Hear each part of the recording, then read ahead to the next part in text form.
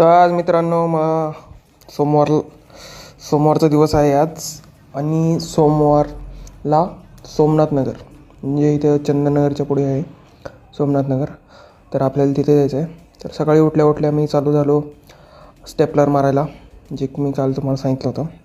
आपल्या शीटवर स्टेपलर मारायचं असतं. 10 पीस असतात टोटल. एक साईडला 10 पीस, पलीकडल्या साईडला 10 पीस. आणि आज मी मराठीत बोलत आहे कारण माझी रिजनल लँग्वेज मराठी आहे. आणि ए आयने ट्रान्सलेट होत आहे.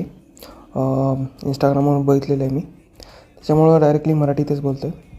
जे हिंदी ऑडियन्स असतील त्यांना म्हणजे व्हिडिओ ट्रान्सलेट होऊनच येईल पुन्हा, म्हणजे तेही जे काय बोलणं असेल त्यांना पण समजेल हिंदीमध्ये ट्रान्सलेट झाल्यामुळं.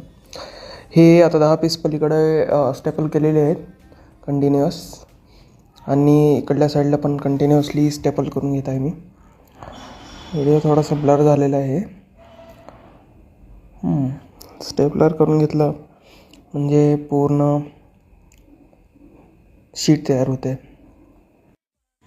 शीट तयार झाली.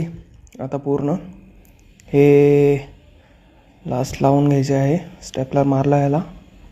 स्टेपलर मारल्या लगेच काय करायचं, आपली वर एक ब्रँडिंग असते. हे स्टिकर आहे आपलं वीरभद्र ट्रेडर्सचं. ते स्टिकर लावून, म्हणजे स्टिकर नाही करायचं, पेपर प्रिंटच आहे. याच्यावर डायरेक्टली स्टेपलर मारतो मी 3 स्टेपलर्स. आधी कसं आहे ना, स्टिकर होतं. स्टिकरमध्ये प्रिंटिंगला थोडे जास्त पैसे जायचे. कलर प्रिंट मारल्यामुळे थोडेसे कमी पैसे लागतात. आणि चिटकवायचं काय, स्टेपलर तसे लावलेले आहे, चिटकवल्यासारखंच येतं आणि निघून पण पडत नाही, काय टेन्शन नाही त्याचं. हे 3 स्टेपलर मारले डायरेक्टली, झालं आपलं काम. स्टेपलर मारले बस, शीट तयार होती आपली. 10 पीस इकडे, 10 पीस तिकडे. आणि पूर्ण शीट झाल्यानंतर वर लटकवण्यासाठी एक होल मारून घेतो मी पंच मशीननं. ही पंच मशीन होल मारल्यानंतर त्याला डायरेक्टली आता एक दोरा लावून घेणार, जे की आपला हा दोरा आहे इथे. हे